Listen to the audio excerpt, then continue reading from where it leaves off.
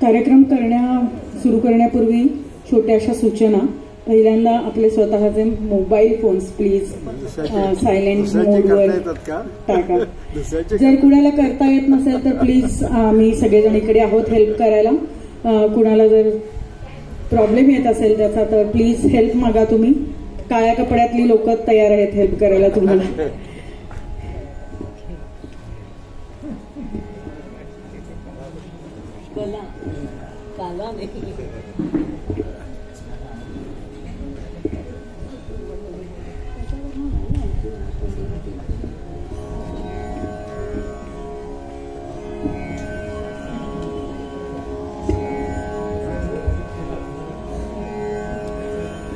कला अवकाशची आजची संध्याकाळ रुबाईमय होणार आहे. कला अवकाश सादर करीत आहे रुबाई हा एक वेगळा काव्य प्रकार. मी हेमांशू काकांना विनंती करते की त्यांनी स्थानबद्ध व्हावं.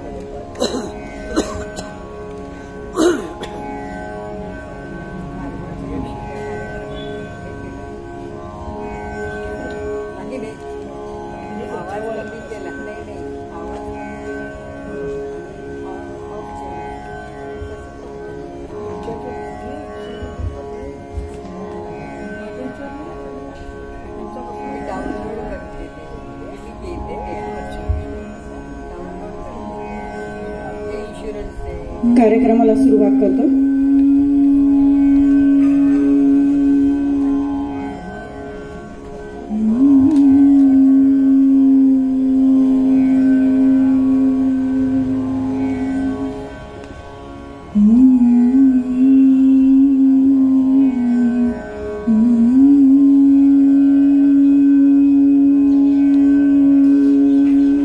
मी कविता जपतो, करत नाही. आतून येते ना तशी मांडतो, रचत नाही. कवितेचा माझ्यावर अधिकार, माझा कवितेवर नाही. ठरवून एखाद्या विषयावर कविता करणं कधीच मला जमलं नाही. असं आपलं कवितेशी असणारं नातं सांगणारे हेमांशू काका, श्री हेमांशू कुलकर्णी. व्यवसायाने टेक्सटाईल इंजिनियर आणि MBA असणारे हेमांशू कुलकर्णी हे अभियांत्रिकी, व्यवस्थापन आणि साहित्य या तिन्ही क्षेत्रात उल्लेखनीय कारकीर्द असणारं एक व्यक्तिमत्व. व्यवसायाचा भाग म्हणून तो होईना पण त्यांना भारतभर देशी विदेशी फिरावं लागलं आणि त्यामुळे त्यांचा व्यक्तिसंचय खूप मोठा. वेगवेगळ्या प्रकारचे माणसं वाचणं, निसर्गाचा आस्वाद घेणं, अनेक चढ उतारांना सामोरं जाताना अनेक अनुभूतींना अनुभवणं आणि हे सारं पुढे त्यांच्या साहित्य प्रवासात कवितांमधून, गझलांमधून, रुबायांच्या मधून उतरणं. ही प्रक्रिया सहज घडली असेल का? खचितच नाही. पण हे सारं आज त्यांना साध्य आहे. आज त्यांच्याबरोबर आपण थोड्याशा गप्पा मारणार आहोत. रुबाई आणि गझल हे काव्यप्रकार एक विशिष्ट व्याकरण घेऊन येतात असं आपल्याला माहिती आहे आणि छंदबद्धही असल्यामुळे त्याची मराठी लोकांच्या मध्ये फारशी चर्चा होत नसल्यामुळे आज आपण काकांच्या मार्फत रुबायांच्या जगात प्रवेश करणार आहोत. त्यांनी ज्या रचलेल्या रुबाया आहेत त्यांच्या अंतरंगात प्रवेश करणार आहोत. सृष्टी, आपण एक रुबाईच पहिल्यांदा ऐकूया.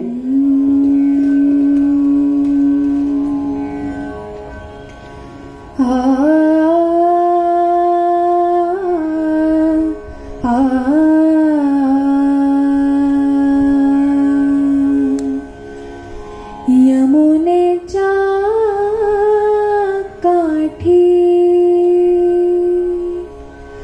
अजून घुमतो पावा, हो अजून झुरते कृष्णासाठी राधा. हे जीवन म्हणजे वियोग एक निरंतर. हे जीवन म्हणजे वियोग एक निरंतर. हे जीवन म्हणजे वियोग एक निरंतर. जगण्याला असते पहिल्या तीराचे बाधा. वा. आता यानंतर आपण हेमांशू काकांशी चर्चा करणार आहोत.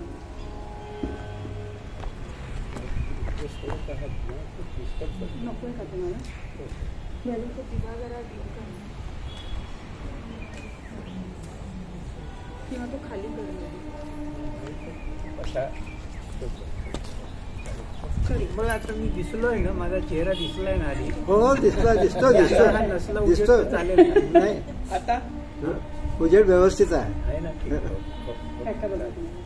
आता बरोबर आहे का दिवा? आता बरोबर त्रास होत नाही ना तुम्हाला? आता नाही ना.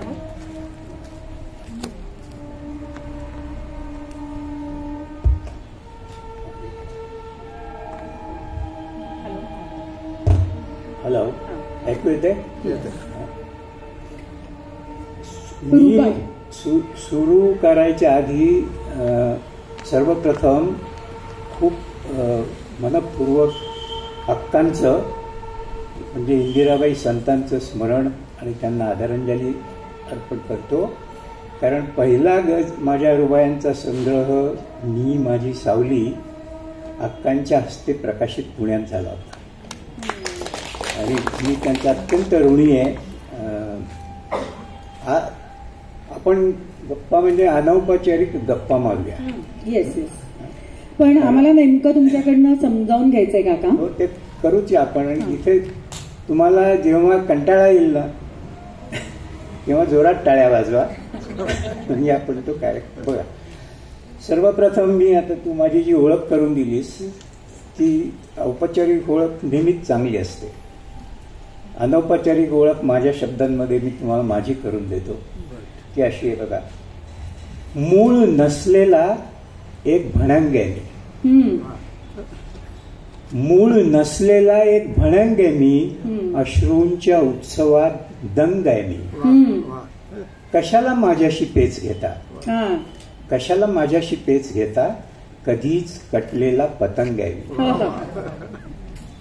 किंवा कबर आपली आपणच खणायची असते. कबर आपली आपणच खणायची असते. माती ही त्यावर आपणच लोटायची असते आणि स्वतःला ओळख पटावी म्हणून पाठीही आपणच ठोकायची असते. आता रुबाई ह्या आकृतीबंधाकडे वळायच्या आधी आपण जर माझी कवितेमागची भूमिका थोडीशी समजून घेतली एकूणच काव्याबद्दल तर ती रुबाई समजायला तुम्हाला भावायला जास्त मदत होईल असं मला वाटतं. तर जेव्हा तुला वाटेल की मी थोडा वेळ त्या भूमिकेबद्दल बोलू. येस येस, मी सांगते तुम्हाला. सांगतो. आता मला पहिला सर्वात महत्वाचा प्रश्न आपण थोडंसं ओळीने जाऊया की त्याच्यामुळे आपल्या सगळ्यांनाच सगळ्या गोष्टी छान समजल्या जातील की नेमकं रुबाई म्हणजे काय. म्हणजे आता मला 4 ओळींची कविता आहे असं साधारण आता लक्षात आलंय सगळ्यांच्या. पण नेमकं रुबाई म्हणजे काय, त्याची व्युत्पत्ती साधारण कुठून झाली आहे किंवा तुम्हाला त्याचं इन्स्पिरेशन कुठून मिळालं.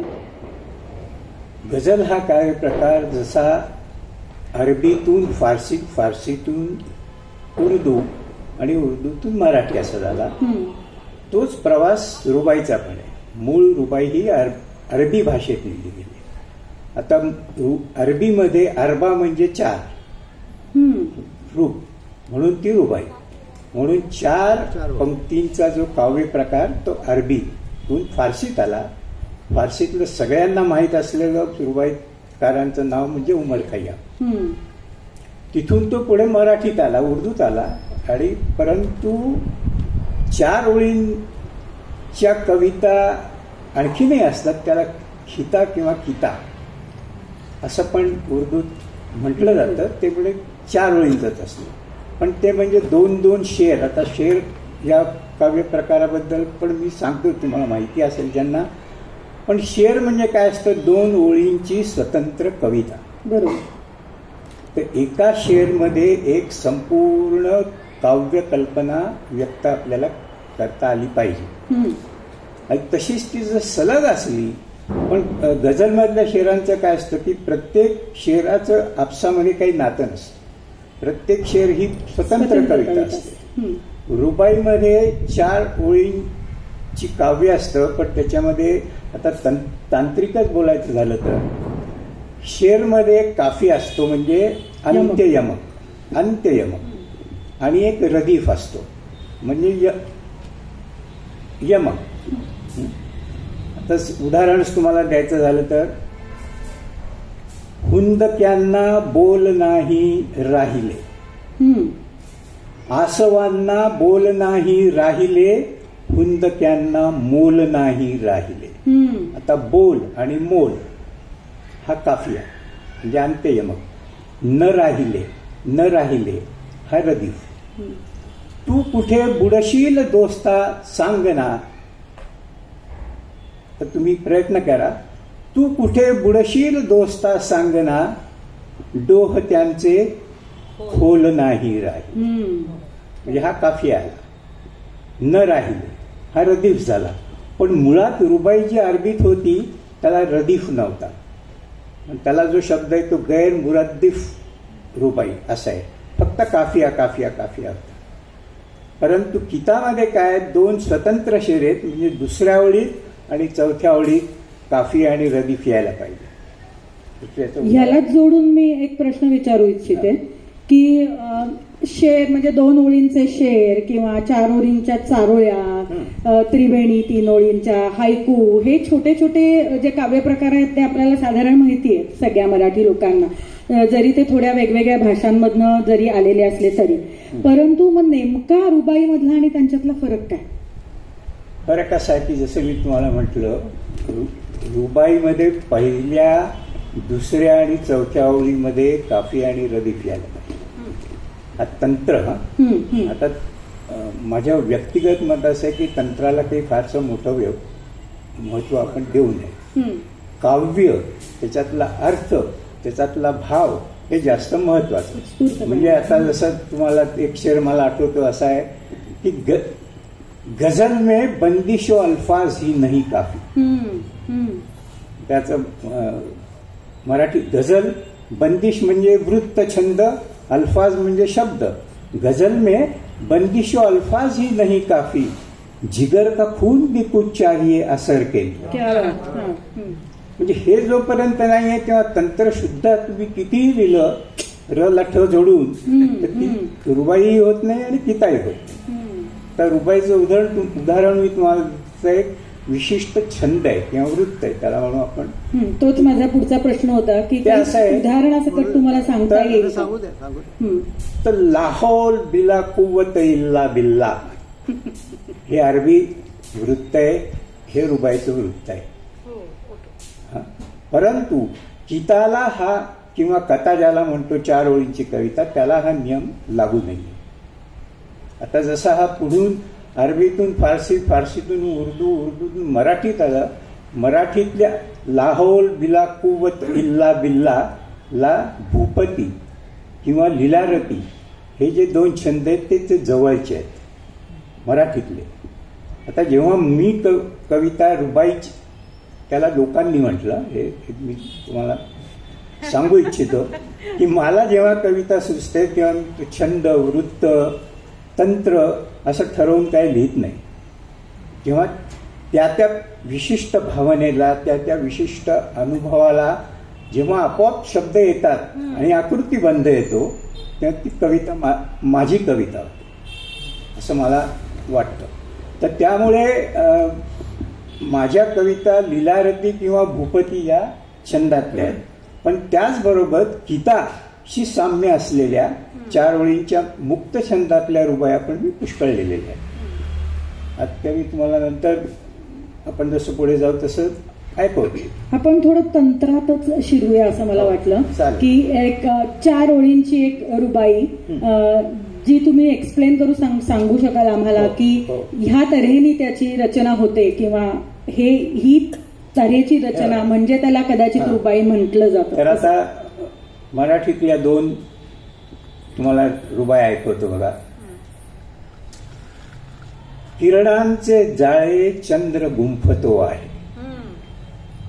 किरणांचे जाळे चंद्र गुंफतो आहे, अन रात राणीचा श्वास वेढतो आहे. चल दवात दोघे चिंब होऊनी गाऊ, श्वासांचा उत्सव उद्या संपतो आहे. हे रुबाईतलं वैशिष्ट्य असं आहे की 4थ्या ओळीत त्याला नाट्यमय कलाटणी मिळायला पाहिजे, तर ती रुबाई जास्त प्रभावी म्हटली जाते. किंवा हे बघा, मी तू अन ही सुरेख संध्याकाळ, मी तू अन ही सुरेख संध्याकाळ, मदिरा नजरेची मदिरा अन ओठात, क्षण उत्कट माझ्या तुझ्यात गोठून गेला, उंबऱ्या पलीकडे तिष्ठत बसला काळ. कविता आपण जेव्हा नुसतं वाचतो किंवा ऐकतो त्याच्यावर जर आपण नीट प्रत्येक शब्दावर लक्ष केंद्रित केलं तर आपल्याला त्या शब्दाच्या पलीकडचा अर्थ समजू शकतो. आता अशीच जेव्हा मराठी रुबाई आणण्याचा सगळ्यात पहिला प्रयत्न माधव जुलियनांनी केला. त्यांनी जी कविता उमर खय्यामची अशी अनुवादित केली ती बघा, तुम्हाला कशी फरक कळेल की आता कॉन्टेम्पररी भाषेत रुबाई कशी होती आणि तेव्हा कशी झाली. या इथे तरुतळी एक वही कवितेची, या इथे तरुतळी एक वही कवितेची, भाकरी एक अन सुरई एक सुधेची, आणखी एक तू जवळ गात या विजनी, न हे न रान मग नंदनवन तेही. पण तर तुमच्या लक्षात येईल की किती जड झालेली आहे आणि ती क्लिष्ट झाली. म्हणजे ते रुबाईतलं रुबाई पण हरवून गेलं. त्यामुळे पुढे पण ज्या ज्या काही लोकांनी रुबाया मराठीत आणण्याचा प्रयत्न केला त्याच्यात कांतांच्या रुबाया बऱ्यापैकी किंवा प्रसिद्ध झाल्या, किंवा सुमागर्जांनी पण रुबाईला एक आणखी ओळ करून 5 ओळींची कविता आणली पण ती रुजली नाही. पण मला असं वाटतं स्वतःला माझे रुबायांचे 2 संग्रह आहेत, मी माझी सावली आणि ह्या पाणपोईला मिळते फक्त तहान अशा नावाचा दुसरा संग्रह आहे. त्यात एकूण 551 रुबाया आहेत. त्याआधी माझ्या मते रॉय किणीकरांनी सगळ्यात जबरदस्त समर्थ आणि सशक्त रुबाया लिहिलेल्या आहेत. पुढची एक रुबाई बघा, त्याच छंदातली, त्या म्हणजे भूपती लीलारतीच्या जवळची. बकुळीच्या फुलांची ओंजळ ठेवून जाऊ, बकुळीच्या फुलांची ओंजळ ठेवून जाऊ, चांदण्या नभातील इथेच ठेवून जाऊ, येणारे मागे चुकले जर का वाट, येणारे मागे चुकले जर का वाट, स्पर्शाची चाहुल फुलात ठेवून जाऊ. असा हा छंदबद्ध रुबाईचा हे झाला. किंवा आता तुम्हाला फैज अहमद फैजची एक रुबाई मला सुचली ती ऐकवतो बघा. म्हणजे त्या वृत्तात लाहोल बिला कुवत इल्ला बिल्ला, फिक्रे सूद जिया तो छुटेगी.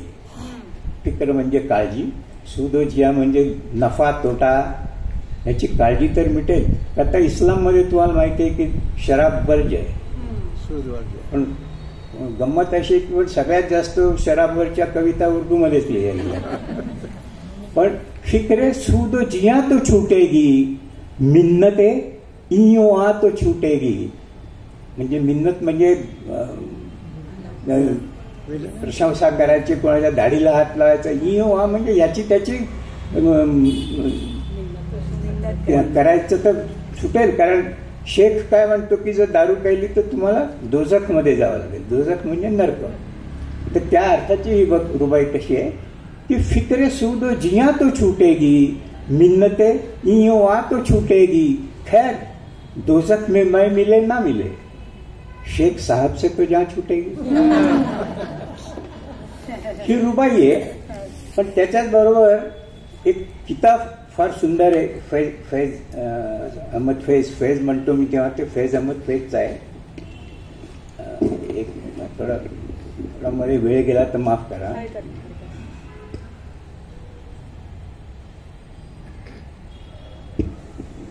ऐकूच त्यांच्याकडनं. पण काकांच्या खूप कविता, खूप दीर्घ कविता, गझल आणि रुबाई ह्याचे जवळजवळ 7 संग्रह प्रकाशित आहेत. उत्तमोत्तम कविता. सगळंच इथे प्रेझेंट करणं शक्य नाही आम्हाला, परंतु जेवढं शक्य आहे. आणि हा कार्यक्रम आपण रुबायांपुरता मर्यादित ठेवलेला असल्यामुळे आज जास्ती रुबायांवरती आपण बोलूया. आता हा किताब फैजचा बघा कसा आहे.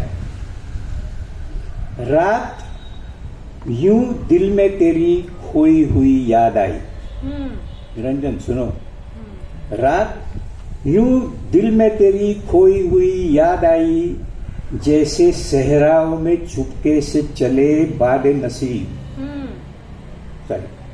रात यूं दिल में तेरी खोई हुई याद आई, जैसे वीराने में चुपके से बाहर आ जाए, जैसे सहराओं में हौले से चले बादे नसीब, जैसे बीमार को बेवजह करार आ जाए. आता आपल्याला उर्दू रुबाई वाचली की वावा म्हणाच लागतं, पण खरं कळत नसते. तर करार आहे. तर म्हणून मी मराठीतला चिता ऐकवते तुम्हाला. बघा कसं आहे. दव पहाटे अलगद तुझी याद अशी आली. त्याच्यात काही शब्द अडणार नाही. दव पहाटे अलगद तुझी याद अशी आली, वाळवंटाच्या ओसरीवर जसा हळूच वसंत यावा. दव पहाटे अलगद तुझी याद अशी आली, वाळवंटाच्या ओसरीवर जसा हळूच वसंत यावा, थकून वसलेल्या बाभळीला नाजूक कळी यावी. थकून वसलेल्या बाभळीला नाजूक कळी यावी, मरता मरता उगीच उरात प्राण भरून यावा. हा मराठीतला किता झाला. पण काका आणखीन एक प्रश्न विचारते की मुळात मराठीत रुबाई हा प्रकार प्रचलित कसा झाला. एक तर पहिली गोष्ट. आणि आता तो मराठीचं मराठीपण टिकून, म्हणजे त्या रुबाईचं मराठीपण टिकून नेमका महाराष्ट्रात तो रुजतो आहे का, किंवा मराठी लोकांच्यात तो रुजतो आहे का, ह्याच्याबद्दल काही सांगू शकाल का. हे पहा, असं आता 4 ओळींच्याच काही मी वैशिष्ट्य सांगतो तुम्हाला रुबाईची. त्याच्यावरून तुम्ही लक्षात घ्या. म्हणजे आता आपल्याकडे 4 ओळी हा आकृतिबंध जर आपण घेतला तर मराठीत रुजलेल्या 4 ओळीचा आकृतिबंध तुमच्या काय लक्षात येतो. 4 ओळी नाही आत्ता, पण शाश्वत असा काय प्रकार तुमच्या लक्षात येतो. मनाचे श्लोक. हा रामदास स्वामींनी जो आकृतिबंध घेतलाय, पण तो कसा आहे बघा. जगी सर्व सुखी असा कोण आहे, विचारी मना तूच शोधून पाहे, मना त्वाची रे पूर्व संचित केले, तयासारखे भोगणे प्राप्त झाले. पण तो रुजला. त्याला कारण असं आहे की आध्यात्मिक पारमार्थिक अर्थ, त्यामुळे त्याची सगळी रूपक प्रतिमा ही खूपच वेगळी आहे. पण मराठीत 4 ओळींचा आकृतिबंध नव्हता असं नाही, ते होता. तसं शेर सुद्धा आपल्याकडे अभंग 2 ओळींचाच आहे. किंवा 4 ओळींची ओवी आहे, पण त्याचा आकृतिबंध खूप वेगळा आहे, पण तो खूप रुजलेला आहे. मग त्याचं कारण असं आहे की काही विशिष्ट 200-300 वर्ष सगळं संत वाङ्मयच मराठी मानसावर राज्य करत होतं. त्यामुळे पुढे हा आणि एक जशी अदृश्य भिंत अशी निर्माण होते माणसांच्या विचारांमध्ये. पण गझल म्हटलं की लोकांना वाटतं काय त्रास आहे, पण आता मराठीत गझल इतकी प्रचलित झाली आहे की जो तो उठतो आणि गझल लिहितो. म्हणजे बऱ्याच वेळेला माझ्या नावामागे गझलकार असं लावतात तेव्हा मला वाटतं की खरंच प्रॉब्लेमच आहे काहीतरी.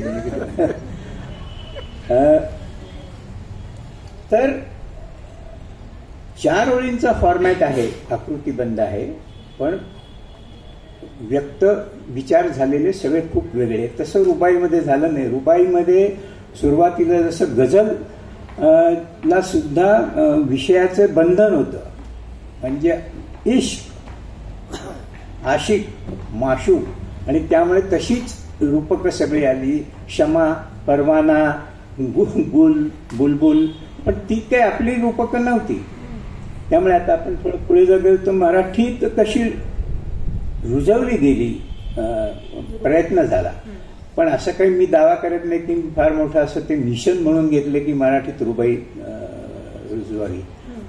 की त्या वेळी रुबाई सुचल्या, त्या रुबाया लिहिल्या गेल्या. पण माझ्या प्रदीर्घ कवितांचा खूप स्वतंत्र संग्रह आहे, तो वेगळा आहे. पाब्लो नेरुदांच्या ओळींवरनं सुचलेल्या कवितांचा संग्रह आहे, तो खूप वेगळ्या प्रकारचा आहे. म्हणून आकृतिबंध सुद्धा माझ्या कवितांना बंदिस्त केलेलं नाहीये त्याने. आता आपण रुबाईची वैशिष्ट्य सांगणार होतो, सांगूया. हो हो, अगदी अवश्य सांगूया.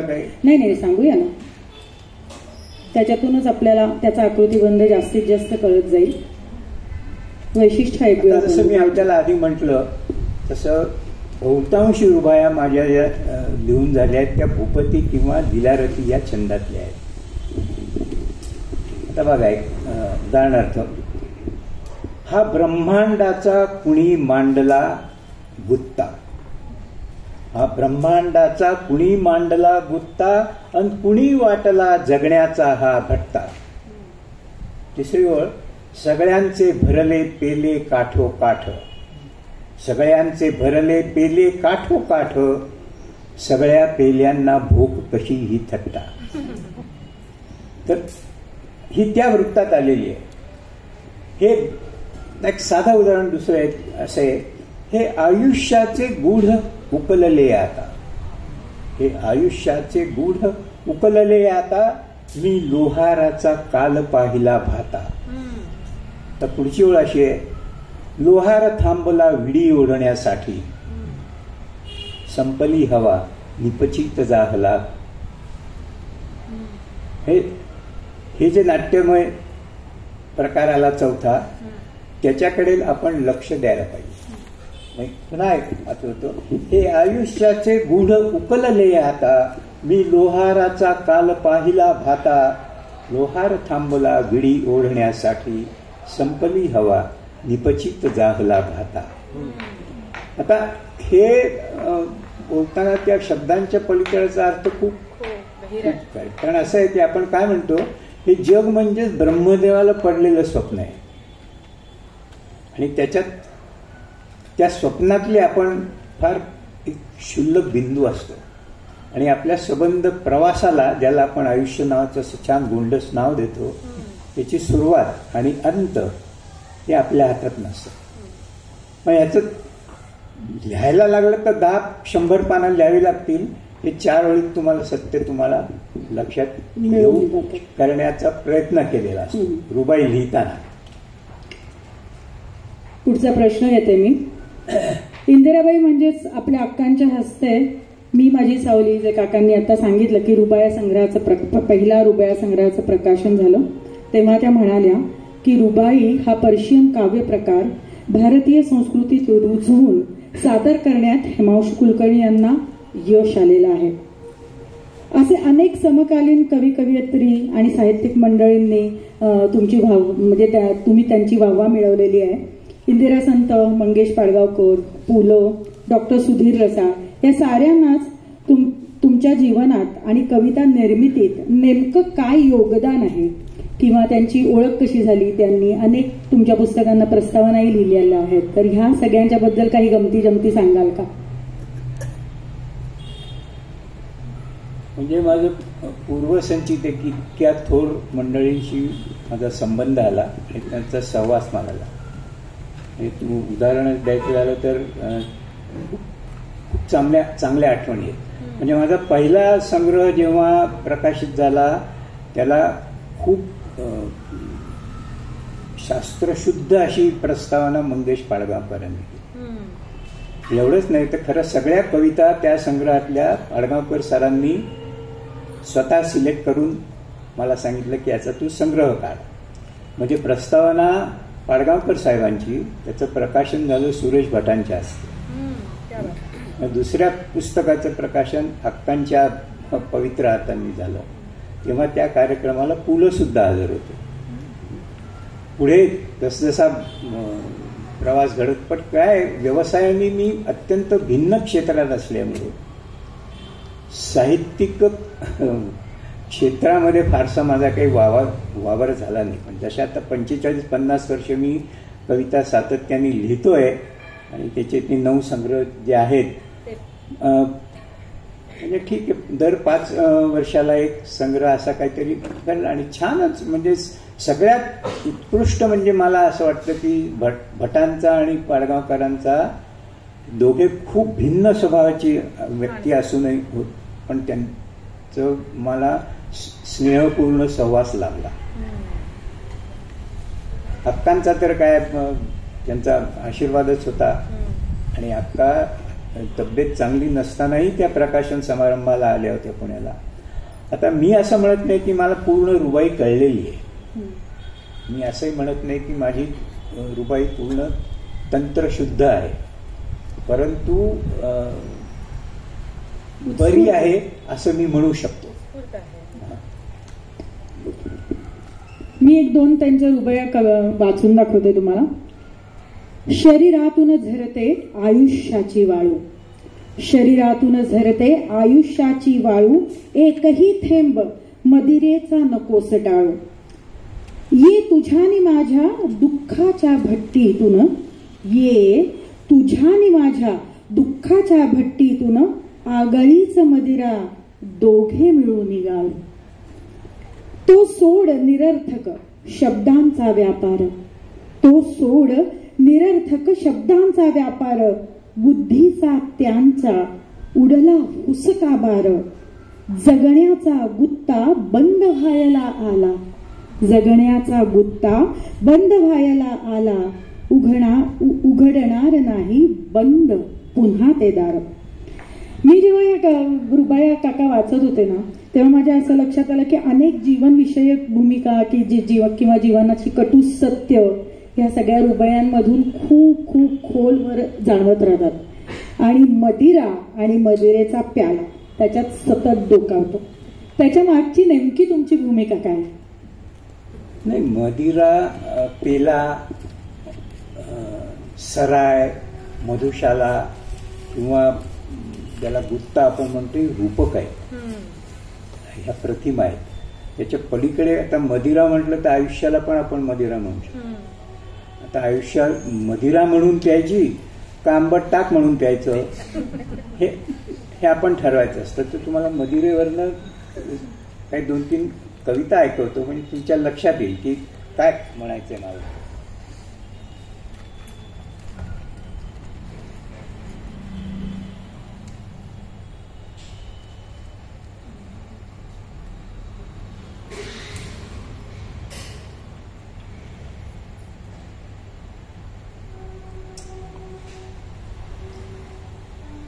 बघा, माणसासारखा जगलो येथे फक्त, माणसासारखा जगला येथे फक्त, जगण्याची मदिरा पिऊन होतो मस्त. तिसरी ओळ अशी आहे, सोबत देवाची होती या गुत्त्यात, सोबत देवाची होती या गुत्त्यात, मी गंडा बांधून झालो नाही भक्त. तर पुढे बघा, गंडवतो पंडा कुणी बांधतो गंडा. गंडवतो पंडा कुणी बांधतो गंडा, देवाचा घालून धाक दावतो दंडा. आता उत्तरेकडे जर तुम्ही गेलात तर पूर्वीचे सगळे जे पंडे लोक होते ते खरंच लठ्ठबाज होते. ते सगळे दंडेच असायचे त्यांच्याकडे मोठ्या भक्कम. गंडवतो पंडा कुणी बांधतो गंडा, देवांचा घालून धाक दावतो दंडा, देवाला सोबत घेऊन प्यावी दारू. आता हे लोकांना खूप असं विचित्र वाटतं, पण ती भाषा तशीच आहे. देवाला सोबत घेऊन प्यावी दारू, जगण्याचा असतो एकच सिंपल फंडा. हे जटा वाढवून झाले साधू बाबा, हे जटा वाढवून झाले साधू बाबा, रंगवून दाढी कुणी शोधती काबा, देवाचा करती लिलाव भर बाजारी, कोपऱ्यात मागे भीक आंधळा बाबा.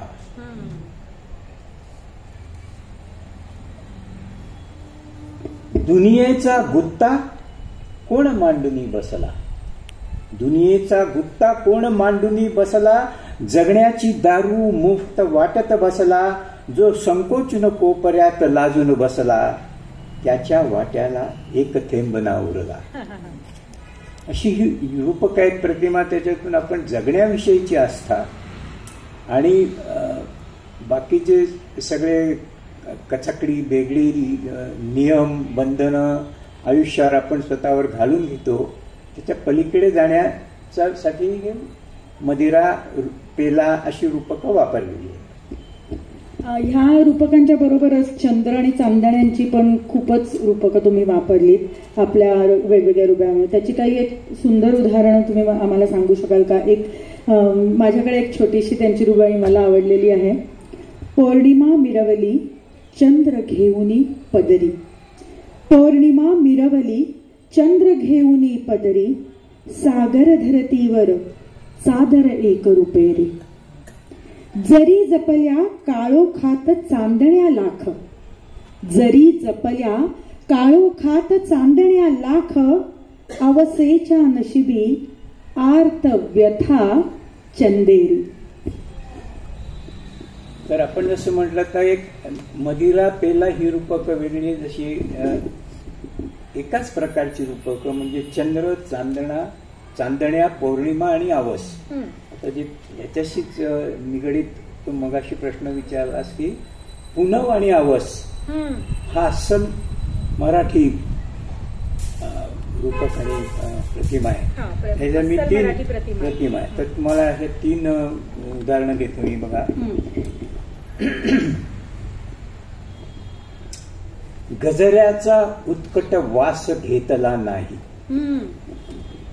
गजऱ्याचा उत्कट वास घेतला नाही, फुलपाखरात मिसळून रंग खेळला नाही, साजरा काल जरी केला सहस्त्रचंद्र, साजरा काल जरी केला सहस्त्रचंद्र, पण दवात भिजूनी चंद्र पाहिला नाही. चंद्राची रूपक आहे. पुढची बघा, चांदण्या गोंदल्या सुबक तुझ्या हातात, चांदण्या गोंदल्या सुबक तुझ्या हातात, चंद्राचा चाफा उत्सुक आंबाड्यात, चंद्राचा चाफा उत्सुक आंबाड्यात, आलीस मुखवटा घालून तू पुनवेचा, आलीस मुखवटा घालून तू पुनवेचा, काजळ अवसेची आर्त तुझ्या डोळ्यात. पुढची रुवाई बघा, आणि खरंच प्रत्येक शब्दावर लक्ष द्या आणि कल्पना काय आहे ती बघा. प्राजक्त आणि उषा, पहाट आणि सकाळ यातला फरक तुम्हाला कळेल असं मी अपेक्षा करतो. प्राजक्त पहाटे उषा लाजली होती, प्राजक्त पहाटे उषा लाजली होती. कॉन्सेप्ट असा आहे की पहाट वाटला होता, आभाळ गुलाबी होतं. हे आपण सगळे ऐकतो. बऱ्याच लोकांना पहाटेचं आभाळ कधी बघता नशिबात नसतं, पण त्यांनी पाहिलंय. पण तो गुलाबी रंग असतो असं म्हणतात, तर आपण मान्य करूया की तो असावा. प्राजक्त पहाटे उषा लाजली होती, का कळी खळीची गुलाब झाली क्या बात होती, आहे, क्या बात का आहे. कळी खळीची गुलाब झाली होती. केसात गुंतला चंद्र चांदणे न्हाता. प्रत्येक शब्दाला लक्ष द्या प्लीज. केसात गुंतला चंद्र पहाटे चांदणे न्हाता, तो सोडवण्याची घाई झाली होती. क्या बात. पहाट आणि उशेतला क्षणच असतो तो फक्त. ती घाई का झाली होती? केसात गुंतला चंद्र चांदणे न्हाता. तर हे एक उदाहरण म्हणजे चांदणच आहे, चंद्र आहे, पण वेगळे वेगळे अर्थ त्याच्यातून आपण घेऊ शकतो. अजून काही आगळ्या वेगळ्या जर रुबाया तुमच्याकडे आहेत ऐकवायला आम्हाला, तर आम्हाला ऐकायला खचितच आवडेल.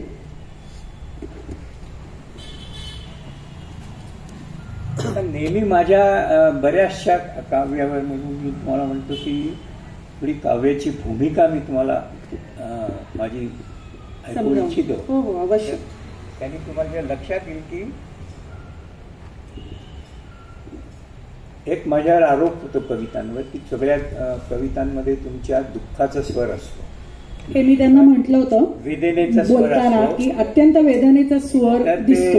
तर त्याची भूमिका थोडीशी मी आपल्यासमोर मांडू इच्छितो. हो, तुमची परवानगी असेल तर. अगदी अवश्य. हे बघा, हा प्रवास जवळजवळ हल्ली एक मला नाद असा लागलाय डोक्यामध्ये की प्रत्येक गोष्ट आपण मोजावी असं वाटतं. तर जवळजवळ 30,000 दिवसांचा माझा प्रवास झालेला आहे आयुष्यातला. एक दिवस जाता जाता किती आपल्याला काय काय होतं माहितीये. 30,000 दिवस. आता हा प्रवास कसा झालाय? कानांनी पाहत, डोळ्यांनी ऐकत, कानांनी पाहत आणि डोळ्यांनी ऐकत, सुगंधात स्पर्श अनुभवत 30,000 दिवस जगलोय. चेहरा पुस्तकांपेक्षा चेहरा वाचत जगलोय. क्या बात. म्हणूनच मी वाचू शकतो औसेच्या आभाळातले पुनवेचे उखाणे. म्हणूनच मी वाचू शकतो औसेच्या आभाळातले पुनवेचे उखाणे. आता मी स्पर्शू शकतो हुंदके, ऐकू शकतो अश्रू, विसरू शकतो गुलाब, माळू शकतो काटे, झेलू शकतो श्रावण निखारे आणि उगवू शकतो पापण्यात दवाश्रूंचे मोती. ही भूमिका आहे कवितेची, माझ्या जगण्याची. आता माझं शिक्षण खरं मराठीत झालेलं नाही आहे आणि माझा संस्कारक्षम आयुष्य जे की महाराष्ट्राच्या बाहेर गेलेलं आहे खूप. म्हणजे महाराष्ट्रात त्या अर्थाने मी मराठी नाहीये आणि पुणेरी तर नक्कीच नाहीये. तरी मनातून मराठी कविताच नेहमी राहिली. तर ढोबळ अर्थाने सुखवस्तू, गोंडस असं आयुष्य असलेल्या माणसाला कवितेने का डंखावं? तर एक जावेद अख्तरचं फार छान शेर आहे निरंजन. बजाहिर क्या है जो हासिल नहीं है.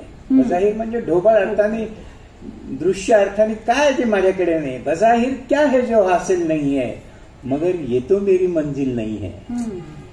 तर पुढे किंवा नारायण सुर्व्यांच्या 2 ओळी तुम्ही बघा. आयुष्य दिसायला पुस्तकाच्या कव्हरासारखे गुंडस गुटगुटीत बाळसेदार, पण आत खाटकाने हारीने मांडावीत सोडलेली धडे असे ओळीवर टांगलेले उच्चार. हे माझ्या कवितेची भूमिका आहे. म्हणून पुढे ऐकता. मनातून अंकुरत राहिले माझ्या शाश्वत वेदनांचे अंकुर आणि मी शोधत राहिलो सतत दुःखाची नस. ती नस काय? जी आर्त रात्रीच्या आर्त एकांतात ऐकू येते ती. तवातून निशब्द झरते ती. डोहातून मूक खुणावते ती. सुखांच्या सोहळ्यात मूक कोपऱ्यात बुजते ती. अनोळखी चेहऱ्यांच्या गर्दीत स्वतःला साथ घालते ती. ओली पापणी लपवून दिखाऊ हसते ती.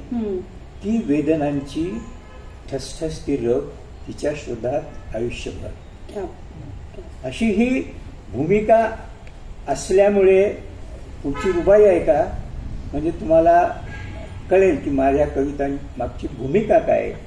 आकांत झेलला मी श्रावणधारांचा, आकांत झेलला मी श्रावणधारांचा, रानात पाहिला उत्सव मी मोहरांचा, भिजताना वरुणी जळायचे हृदयातून, भिजताना वरुणी जळायचे हृदयातून, हा भिजता वणवा खेळ नसे पोरांचा. हा जो भिजता वणवा आहे ती काव्यामागची प्रेरणा आहे. म्हणून आणि ती व्यक्त कशी होते पण पापण्यात उतरलं तर खोली कळेल, पापण्यात उतरलं तर खोली कळेल, सॉरी पापण्यात उतरलं तर ओली कळेल, डोळ्यात उतरलं तर खोली कळेल, विरघळून आलात जर सुगंधी धोक्यात फुलांशी बोलायची बोली कळेल. मग ती जर बोली घेतात कळली तर पुढे काय होतं मग. पाखरू फुलावर बसू लागते जेव्हा, पाखरू फुलावर बसू लागते जेव्हा, जाळ्यात सुगंधी फसू लागते जेव्हा, शब्दांचे पोकळ अर्थ निरर्थक होती, डोळ्यांची भाषा कळू लागते जेव्हा. ही डोळ्यांची भाषा जर कळायला लागली तर कविता होऊ शकते असं मला वाटतं. म्हणून बऱ्याच वेळेला म्हणतात की तुम्ही कार्यशाळा घ्या, रुबाईची कार्यशाळा घ्या किंवा गझलची कार्यशाळा घ्या, तर ते फारसं मला जमलेलं नाही आता. काका आपण थोडंसं शेवटाकडे वळूया. जसं आता शेवटच्या रुबाया त्यांनी फुलांवरती सांगितल्या, ही वेळ फुलांची नको घालवू सवाया, ही त्यांची एक अतिशय सुंदर रुबाई आहे. ही वेळ फुलांची नको घालवू सवाया, बागेत उतरुनी येतील संध्या छाया, घे टिपून अत्तर श्वासांमधले त्यांच्या, घे टिपून अत्तर श्वासांमधले त्यांच्या, होऊ दे सुगंधित ह्या कायेचा पाया. अतिशय सुंदर रुबाई आहे. आणि त्यांच्या ज्या ही फुलं पानं खूप वेगळी फुलं ह्या सगळ्या रूपकांवरती आधारित ज्या त्यांच्या एक काही आणि त्याचबरोबर जीवनाशी निगडीत असणाऱ्या काही रुबायांचा आम्ही त्यांच्यासाठी म्हणूनच एक छोटासा 5-7 मिनिटाचा गाण्याचा कार्यक्रम म्हणजे त्या रुबाया गाण्यामध्ये आम्ही सादर करण्याचा प्रयत्न करणार आहोत. आम्ही यथामती तो प्रयत्न केलेला आहे. तर मी सृष्टीला बोलवते इकडे की सृष्टी प्लीज.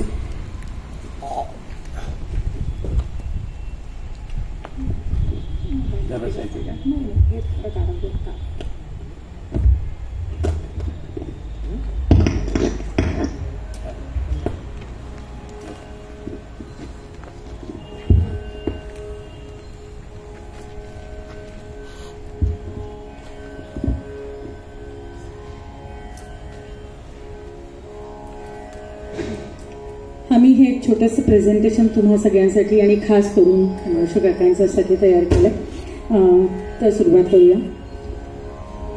कवीला प्रश्न पडतोय, रातराणीचा गंध टिकेल कुठवर, रातराणीचा गंध टिकेल कुठवर, चांदण्याचा कैफ टिकेल कुठवर, बघ टपून बसलेत उजेडाचे स्वार, बघ टपून बसलेत उजेडाचे स्वार, स्वप्नांची मैफिल टिकेल कुठवर. आणि या रुबाईला एक अत्यंत हळूवार वेगळ्या रुबाईतून सुंदर उत्तर मिळतं. बकुळीच्या फुलांची ओंजळ ठेवून जाऊ, चांदण्यानं भातील इथेच ठेवून जाऊ, येणारे मागे चुकले जर का वाट, मागे येणारे चुकलेच जर का वाट, येणारे मागे चुकले जर का वाट, स्पर्शाची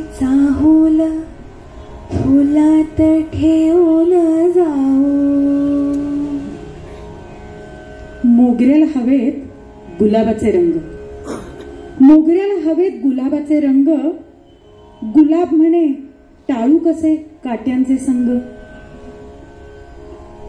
दोघेही विसरले केतकीची व्यथा केवड्याची, दोघेही विसरले केतकीची व्यथा, पदरात काटे आणि नागांचा संग. जगण्याची रीत आपणच ठरवायची असते, जगण्याची रीत आपणच ठरवायची असते, श्वासांची किंमत आपणच घडवायची असते. आपल्या झोळीत असतात फक्त काटे, आपल्या झोळीत असतात फक्त काटे, बकुळीच्या फुलांनी ती आपणच भरायची असते.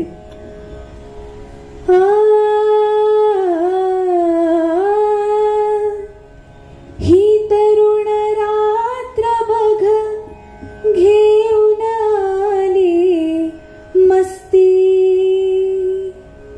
झटकून टाक म्हातारे जुनाट सुस्ती.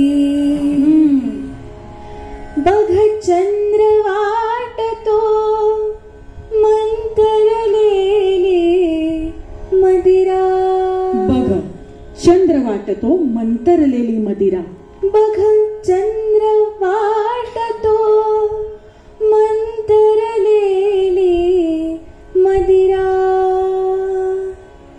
कायमची नाही चंदेरी वस्ती. क्या बात. दफनवलत ना तर उगवेल गुलाब होऊन, दफनवलं तर उगवेल गुलाब होऊन, जाळलं तर पसरेन सुवास होऊन. दोस्तांनो, तुमच्या जिंदगीच्या पेल्यात मी सतत बरसेन शराब होऊन. त्या मंतरलेल्या व्याकुळ संध्या काळी, वाळूत रेखिले होतीस तू रांगोळी.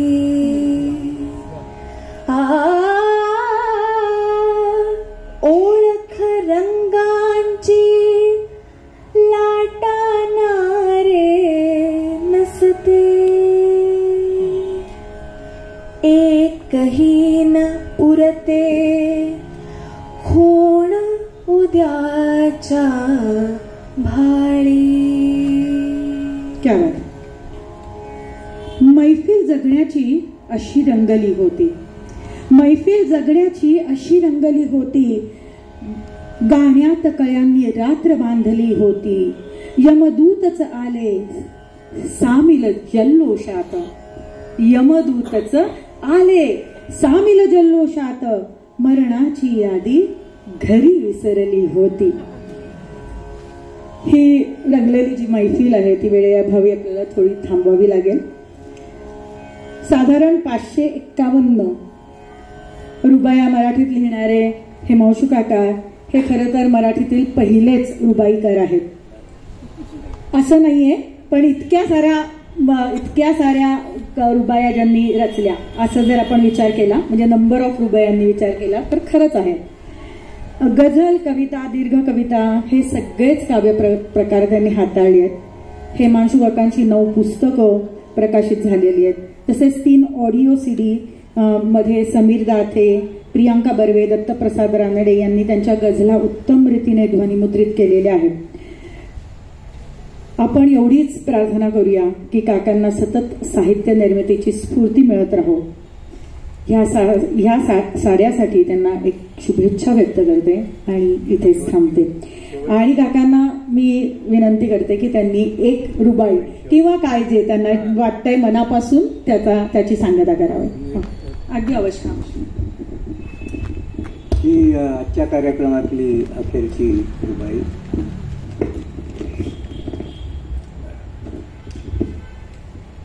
प्राजक्ताच्या फुलांचं उठणं लावून आलीस. ऐका. प्राजक्ताच्या फुलांचं उठणं लावून आलीस. आज हिरूबाई तुम्हाला सगळ्यांना लागू आहे आज. प्राजक्ताच्या फुलांचं उठणं लावून आलीस, मोगऱ्याच्या दुधात न्हावून आलीस, भांगात तर भरलाच जास्वंदीचा रंग. हो, का उगीच आबोलीचा वसा देऊन क्या आलीस. बात आहे, क्या बात आहे.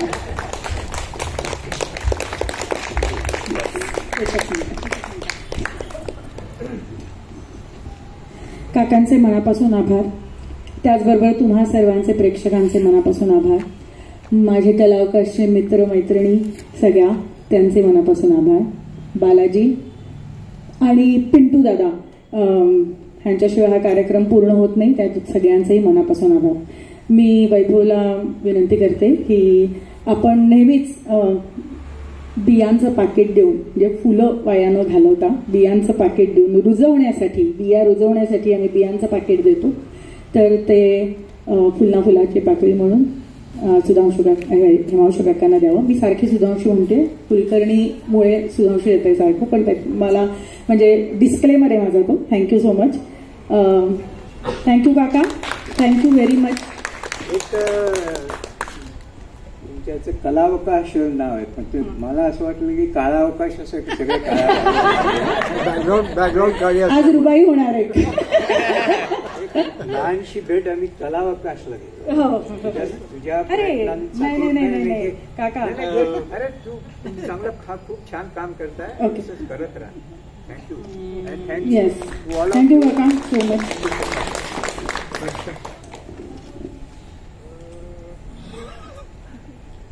यानंतर काही प्रश्न विचारायचे तुम्हाला, तुम्ही घ्याल का प्रश्न काका? हा, काही प्रश्न आपण सर्कल पूर्ण करू. हो, ओके. सॉरी, पण मला असं खूप वाटतं काका की तुम्ही सुरुवातीला असं म्हणालात की तुम्हाला कंटाळा आला की तुम्ही जोरात टाळ्या वाजवा म्हणजे मी थांबेन, म्हणून मी घाबरून टाळ्या वाजवल्याच नाही. असं माझं तरी झालं, उगाच नको वाजवायला टाळ्या, आपण फक्त वा म्हणू फार तर फार, असं माझं झालं होतं. पण फक्त क्विकली, आपण 29 तारखेला बीसो हाडू ह्या नावाचा एक कार्यक्रम करतोय. शिल्पा मुडबी ही बँगलोर बेस्ड, कलबुर्गीला ती एक खूप सुंदर शाळा चालवते तिच्या वडिलांच्या नावाची. त्या शाळेतचं काम ती करते आणि ती बँगलोरमध्ये काम करते. शिल्पाविषयी फक्त एका मिनिटामध्ये, कोविडचा काळ जेव्हा सुरू झाला तेव्हा कबन पार्कमध्ये रोज ती 1 तास गाणं म्हणायची आणि त्या गाण्यांच्या हॅट कलेक्शनमधून तिने खूप साऱ्या लोककलावंतांना आधार दिला कोविडच्या काळात, जेव्हा त्यांना कसलेच आधार उपलब्ध नव्हते. त्यानंतर शिल्पा गेली 15 वर्ष लोककलावंतांसोबतच काम करते. 29 तारखेला तिने मागच्याच महिन्यामध्ये बँगलोरमध्ये जो प्रयोग सादर केला, कुर्बानच्या जमातींमधली गाणी, हा तिचा अभ्यासाचा विषय होता. तीच गाणी ती सादर करणार आहे, नीडलेस टू से ते कन्नडमध्ये असणार आहे. पण मला वाटतं की भाषेच्या पलीकडे आपण त्या कलाप्रकाराकडे बघूयात आणि आय होप आपण परत सगळेजण 29 तारखेला शिल्पासाठी भेटूयात.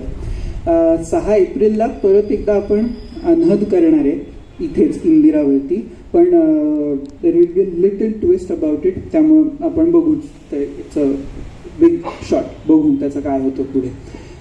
जर मध्येच कुठेतरी आम्ही तुम्हाला कबीर गाताना बेळगावच्या रस्त्यांवर दिसलो तर तोही आमचाच प्रयोग आहे, असं प्लीज खुशाल समजून चला. येस, हा, वेळे तर आम्ही आहोतच त्याबद्दल.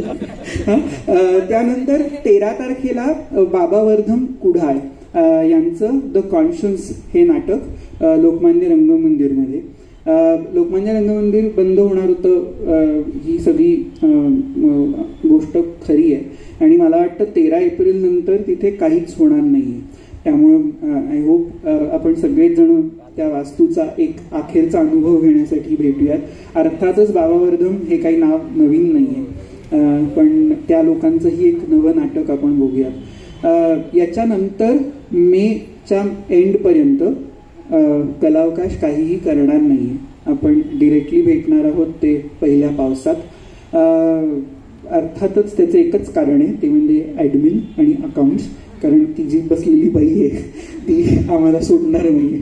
त्यामुळं तिच्यामुळे किंवा रादर या सगळ्या प्रपंचाचा लेखाजोखा मांडायचा आहे. त्यामुळं मध्येच काही करता येणार नाही. पण परत एकदा थँक्यू सो मच. ताईंनी आभार मानलेले आहेत. त्यामुळे मला फक्त अपडेट्स देऊन दुहितांचे तिमिर जावं म्हणायचं होतं.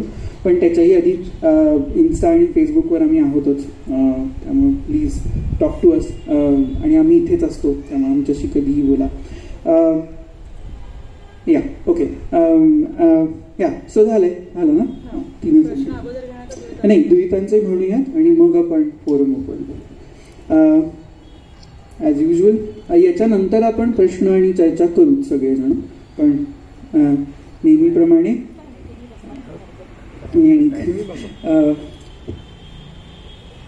जाता जाता जस्ट मनाचे श्लोक असं झालं. आणि गेले 2 दिवस माझ्या घरात मी, माझी भाचरं, माझी आजी, माझी आई असे आम्ही सगळेजण जे काही मनाचे श्लोक या नावाच्या सिस्टममध्ये अडकलेलो आहोत, त्याच्याविषयी खूप गंमत वाटली मला. असो, दुरितांचे तिमिर जाओ, विश्वस्वधर्म सूर्ये पाहो, जो जे वांछील तो ते लाहो, प्राणी जातो. थँक्यू.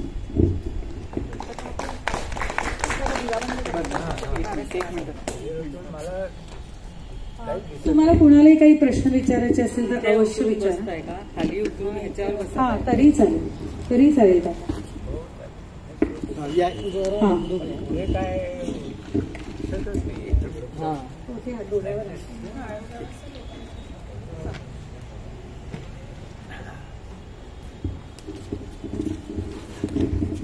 कोणाला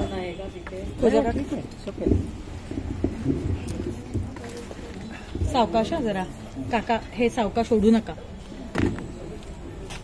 हॅलो. रुबाई आणि चारोळी आणि गझल याचा नेमका फरक सांगू शकाल का?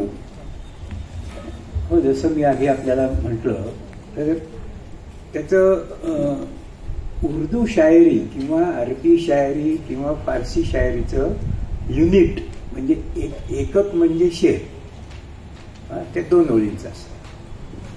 इथपासून आपण सुरुवात करू. आता शेर जेव्हा 4-5च्या वर शेर जर झाले तर ती गझल होते. आता शेरची खूप छंद वृत्त वगैरे आहेत. मग त्याच्यात जसं आपल्याला म्हटलं मी की काफिया आणि रदीफ म्हणजे अंत्य, यमक आणि यमक. मतलब उदाहरण जर तू आपल्याला देतो बघा.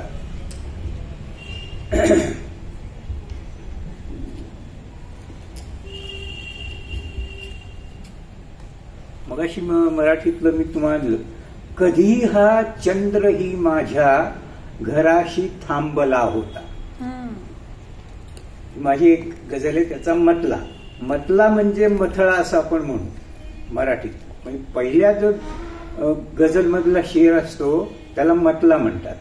आता ह्या मतल्यामध्ये दोन्ही ओळींमध्ये काफिया आणि रदीफ असतो.